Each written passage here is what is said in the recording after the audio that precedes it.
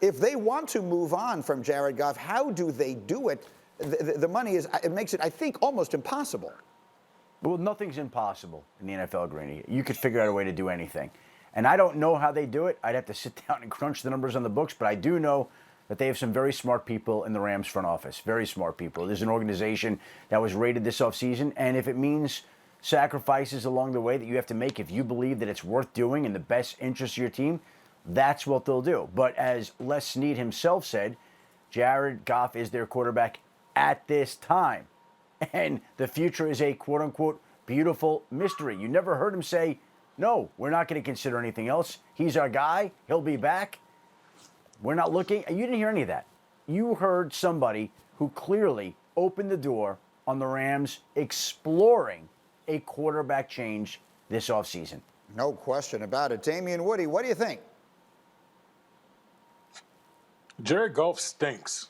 I'm sorry. Like, that's what I got on Les Snead with all of his, trying to use the words.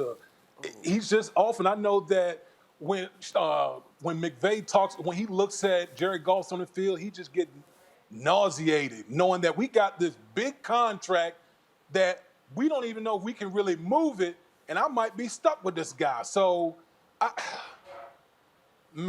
between him and Carson Wentz, man, I'm just baffled how they just gave out that big money for those two guys, and then you got to sit back and watch those two guys just be average out there.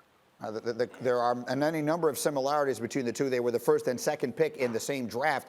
Dominique, do you agree with that? It's a harsh assessment. Do you agree with it? Yeah, I mean, that was harsh, and I'm proud of them for getting that money. Good for them. But I do agree with Adam Schefter that Les Snead is a smart person. And Greeny, whenever smart people talk in the media, I always wonder who they're talking to or what they're trying to accomplish by saying what they're saying. So I'm not sure what they're trying to accomplish here, but the beautiful mystery thing suggests to me that they're trying to send a message to Aaron Rodgers that we heard what you said last week, and if we can work it out, we'll work it out. And it also suggests to me that they want their defense and their team to understand that they know that Jared Goff is not the long-term answer there. And it also suggests to me that they want Jared Goff to hear this, that they've tried every other way to motivate and develop Jared Goff, and now they're at their wits' end, and they're like, we're going to try to embarrass you into getting better. So Les Snead is not a fool. They didn't trick Les Snead into being suddenly honest in that moment. Les Snead knew what he was doing, and we read the sound yesterday.